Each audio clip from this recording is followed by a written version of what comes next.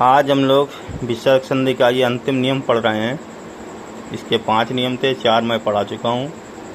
कह रहा है विसर्ग संधि का 5वां नियम कह रहा है कि विसर्ग का लोप होना और पूर्व स्वर का क्या कह रहा है कि विसर्ग का लोप होना और पूर्व स्वर का दीर्घ स्वर होना।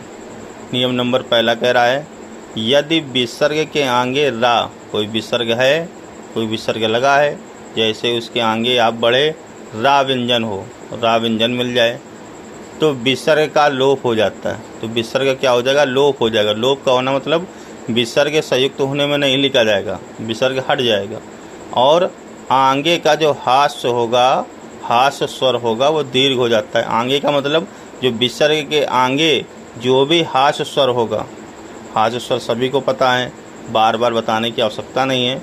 जो भी हास्य स्वर होगा वह क्या हो जाएगा? दीर्घ यानी बड़ा हो जाएगा। जैसे छोटा ऊ हो तो बड़ा ऊ हो जाएगा, छोटी ई हो तो बड़ी ई हो जाएगा, है ना। इस तरीके का इसमें बता रहा है। नीचे उदाहरण भी दिया गया है, जैसे नी धन रोग, नी धन रोग, विसर्ग के बाद रा मिला तो जब संयुक्त हुआ तो छोटी ई थी, वो क्या हो गया? दीर्घ हो गया, तो निरोग हो गया। इसी तरीके से नी धन रज है, फिर रा मिला विसर्ग के बाद में, इधर छोटी ई मिला, ये बड़ा होकर के नीरज हो गया। इसी प्रकार से नी धन रस है, नी धन रस है, यहाँ पर भी आपको उसी तरीके से मिला तो नीरस हो गया। इसी का नियम नंबर 2 है, क्या कह रहा है कि यदि विसर्ग के बाद में छोटा आ या बड़ा आ स्वर हो, कहीं विसर्ग लगा हुआ है, उसके बाद में आपको छोटा या बड़ा आ मिल जाए और बाद में कोई भी भिन्न स्वर, जो भी स्वर हैं छोटा आ से लेकर ऋषि तक जो भी स्वर हैं, कोई भी भिन्न स्वर बाद में आए तो विसर्ग का लोप हो जाता है, तब भी विसर्ग का लोप हो जाएगा। नियम नंबर 2 देखिए, कह रहा है अगर विसर्ग के बाद में छोटा आ या बड़ा आ स्वर हो और बाद में कोई अन्य भिन्न स्वर आ जाए तो भी विसर्ग का लोप हो जाता है। जैसे अता धन अयो, देखियो अता धन एयो आ गया है, छोटा आ इधर है, ए इधर है, इसलिए विसर्ग का लोप हुआ तो क्या हो गया? अतय हो गया।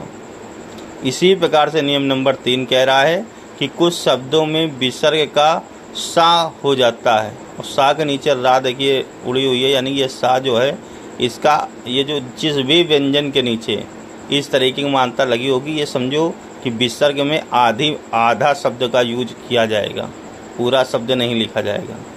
तो इस तरीके से कह रहा है कि कुछ शब्दों में विसर्ग का लोप हो जाता है, उसके जगह में सा आ जाता है आधा। जैसे नमः धनकार, नमः धनकार का क्या हो गया? हो जाएगा विसर्ग हटेगा तो क्या हो जाएगा? नमस्कार। इसी प्रकार से लिखा है भा धनकर, फिर विसर्ग यहाँ का यहाँ पर भी लोप होगा तो क्या हो जाएगा? भास्कर। इसी तरीके से लिखा है पुरा धनकार, तो फिर से विसर्ग का लोप हो जाएगा और क्या हो जाएगा? पुरस्कार। तो इस तरीके से ये संधि का चैप्टर था जो आपने एक एक कर अध्ययन किया। अब अगला जो चैप्टर होगा वो समास का होगा, समाज पढ़ेंगे।